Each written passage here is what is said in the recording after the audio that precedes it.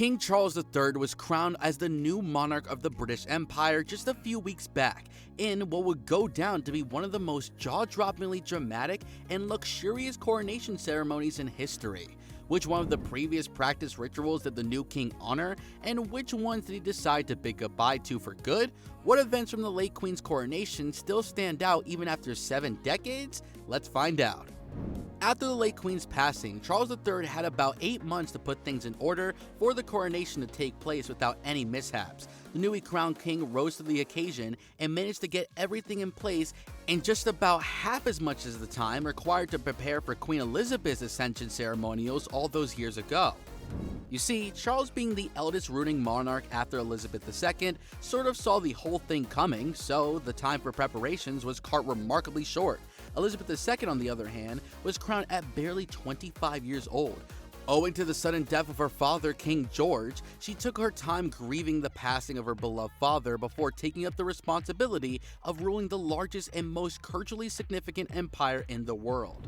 While the late queen decided to go for a more sophisticated look for her invitation cards, Charles III opted to bring an array of colored floral patterns and contemporary elements into use. Both ceremonies were held at Westminster Abbey, but while the queen strictly adhered to century-old customs, Charles decided to be a little outlandish by inviting the kings and queens of other countries to the venue, a practice that had been deeply frowned upon by his predecessors. He invited nations of all estates and even delegates belonging to different religions, sending a firm message that he stood for equality.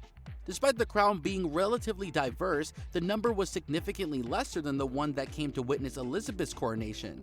Moreover, it was Elizabeth who gave birth to the tradition of broadcasting events of such a large magnitude all over the world, along with translations in every language imaginable. Another tradition broken by Charles III and his consort, Camilla, was choosing a ride other than a gold state coach to arrive at the venue. Since the coach has been used by every monarch, the audience was expecting to see the royal pair revving up the same old traditions of Charles' coronation too, but instead, the pair decided to commute in the state coach made by Queen Elizabeth for her diamond jubilee in 2010. The golden state coach is rumored to be quite uncomfortable, so we wouldn't blame Charles too much for choosing comfort over grandeur for his big day. The new monarch's arrival and the walk to the gilded throne was just as spectacular as Elizabeth II's. While Charles was dressed head to toe in the maroon state robes, Camilla decided to pay tribute to her late mother by adorning a glorious floor-length gown with tulips embroidered into the hem. She opted to go for ivory gowns for her 2 maids of honor in remembrance of the late queen, a gesture that was appreciated by a buckload of people all throughout the world. Charles' closest kin took up the front rows to witness their beloved king's coronation, including William and Catherine, the Dutch and Duchess of Wales. The youngest of all was Prince Louis, who ended up reminding us a little too much of a 4-year-old very bored at Charles and his mother's coronation all those decades ago. As for the ceremony, most of the rituals were a replica of what would the world see at Queen Elizabeth's rise to ascension. The speech upheld the exact same vows and the appointment was hidden from the public eye as per royal tradition.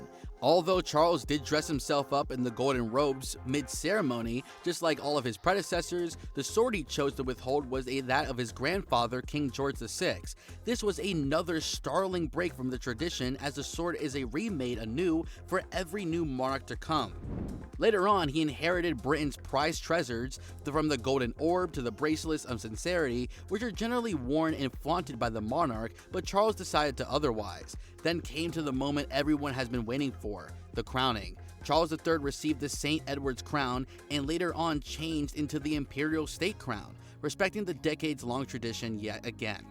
Another startling difference noticed in the 2 coronations was the statues and role of the spouses in the historical ceremonies. While Prince Philip was never granted a position anywhere near Elizabeth throughout the ceremony, Queen Consort Camilla was crowned in Queen Mary's attire and was even presented with a scepter as the symbol of monarchy. Camilla even switched things up with the crown by adding some of the late queen's personal jewels into the design to match her own personal style. She had a lot of liberty to experiment around with, an honor that Prince Philip was deprived of 7 decades ago. That's it from our side today. Don't forget to click the video popping up on your screen before leaving. See you guys in the next one. Goodbye.